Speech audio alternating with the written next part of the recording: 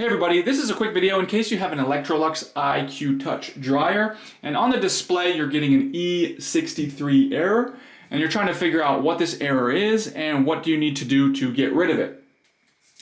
So first of all, what it is that the dryer detects that the heating element has a short, an electrical short in it that's going into the ground. And so what you need to do is to get to the heating element and check all of the wiring and all of the contacts and see if there's anything short-circuited, frayed, any frayed wiring or anything like that that could be causing the short. Now, if you can't see anything, if everything looks okay but you're still getting this, then it might be just an issue of something burnt up within the heating element itself, and you're going to need to go ahead and replace the heating element. If you decide to do that, I will go ahead and put a link in the description to a tutorial on how to replace the actual heating element.